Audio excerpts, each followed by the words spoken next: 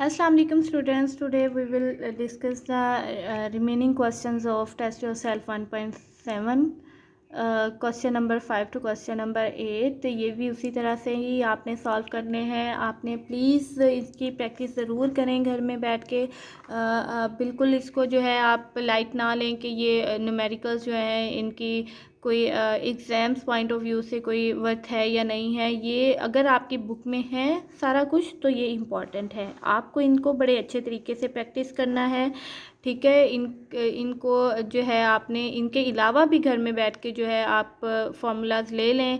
आप किसी भी चीज़ कोई भी मॉलिक्यूल उठा लें, आपने उसका जो है वो फाइंड आउट करें जिस तरह से ये क्वेश्चन दिया हुआ है, ठीक है। तो क्वेश्चन नंबर 5 हम यहाँ पे डिस्कस करेंगे। What do you mean by 1 atom of carbon and 1 gram atom of carbon, ठीक है।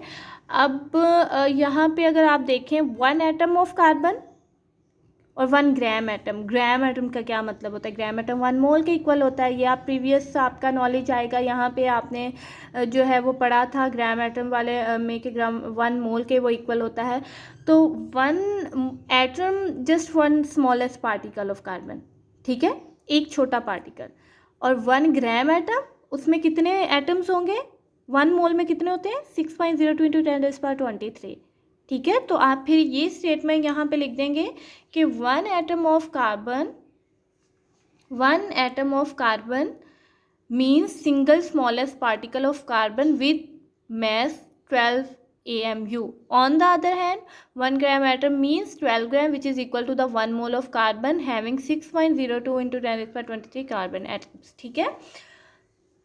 Okay, the next question is, if 16 gram of oxygen contains 1 mole of oxygen atoms, calculate the mass of 1 atom of oxygen in grams, ठीक है। तो अब यहाँ पे इस question में वो क्या कह रहे हैं, क्वेश्चन को प्लीज़ क्वेश्चंस को पहले समझा करें, उसके बाद इसको आपने करना है। ये जो है ये रट्टे लगाने वाले काम नहीं करने, आपने इसको समझ के करना है, ठीक है। यहाँ पे वो क्या कह रहे हैं कि अगर 16 ग्राम ऑफ ऑक्सीजन में कंटेन 1 मोल, 1 मोल के इक्वल है। अगर 16 ग्राम जो है वो 1 मोल ऑफ ऑक्सीजन के इक्वल है। 1 मोल का क्या मतलब है, उसमें कितने एटम्स है 6.02 इंटू 10⁻23। अब वो क्या कह रहे हैं कि 1 एटम्स में कितने जो है होंगे वो ग्राम प्रेजेंट होंगे। ये बेसिकली आपका यूनिटरी मेथड है। अगर हम बात करें मैथ्स की, आपकी प्रीवियस क्लास में आपने यूनिटरी मेथड किया होगा, डेफिनेटली किया होगा। ये आपको साथ साथ ये मैथ में रूल्स वगैरह बताते रहते हैं, तो ये यूनिटरी मेथड से सॉल्व होगा आपका क्वेश्चन, ठीक है।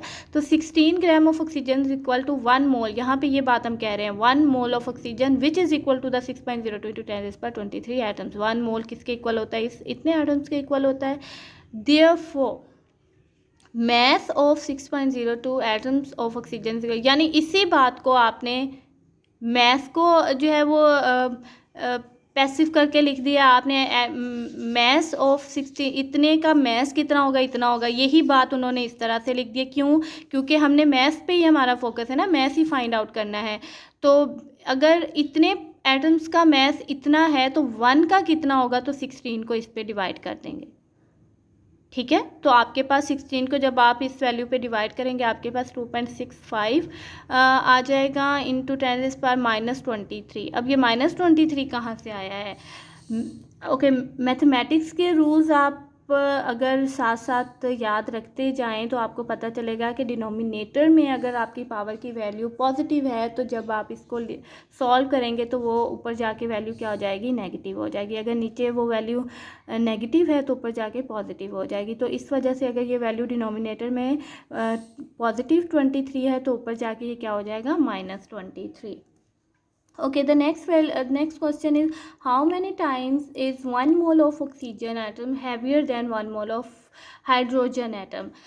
Okay, 1 mole of oxygen atom वो कह रहे हैं कि कितना heavier है 1 mole of hydrogen atom से।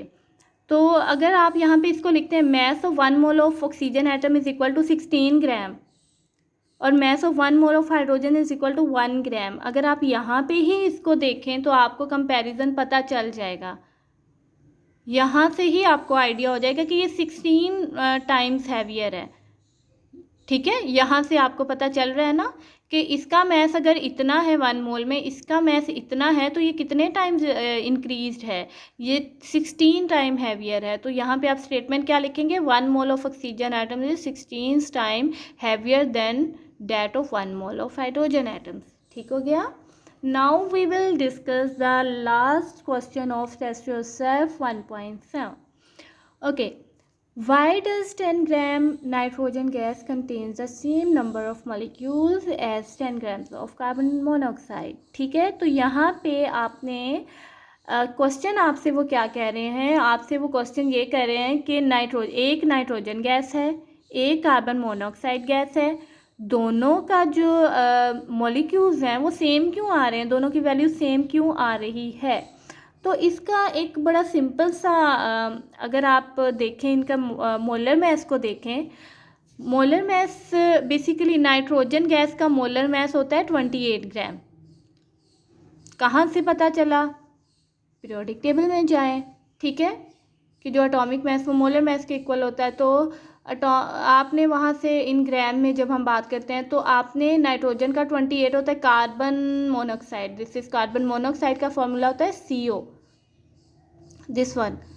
तो कार्बन का 12, ऑक्सीजन 16, तो जो है कार्बन और इनको प्लस करेंगे तो वो कितना बनता है, 28 ही बनता है ना। तो दोनों के अगर आप मोलर मैस देखें तो सेम है, तो the number of moles of nitrogen जो होगा वो कितना आएगा, number of mole given mass over nitrogen gas की मैं बात कर रही हूँ। नाइट्रोजन गैस का जो नंबर ऑफ मोल्स कितने आते हैं, ये 10 है ना, 10 डिवाइडेड बाई 28, तो वो कितने मोल्स आ गए, 0.35। सिमिलरली अगर हम कार्बन मोनोऑक्साइड की बात करें, इसके भी गिवन मैस कितना है, 10 है, और मोलर मैस 28 है, दोनों के नंबर ऑफ मोल्स सेम आ जाएंगे। नंबर ऑफ मोल्स सेम आएंगे तो नंबर ऑफ मॉलिक्यूल भी दोनों के सेम ही आएंगे ना, कि दोनों को एवोगाड्रोस नंबर से ही तो मल्टीप्लाई करना है। तो एवोगाड्रोस नंबर से जब दोनों को मल्टीप्लाई करेंगे तो आंसर मॉलिक्यूल्स में क्या आ जाएगा, सेम आ जाएगा। क्यों, क्योंकि यहाँ भी 10 ग्राम है, यहाँ भी 10 ग्राम है, मोलर मैस जब सेम हो गया तो आंसर मॉलिक्यूल्स में क्या आएगा, सेम आंसर आएगा। ठीक है, तो आपने जो है इन क्वेश्चंस की प्रैक्टिस करनी है, इनको सॉल्व करना है, और जो है इनकी घर में जितनी प्रैक्टिस करेंगे उतने ये क्वेश्चन जो होंगे आपके लिए इजी होंगे।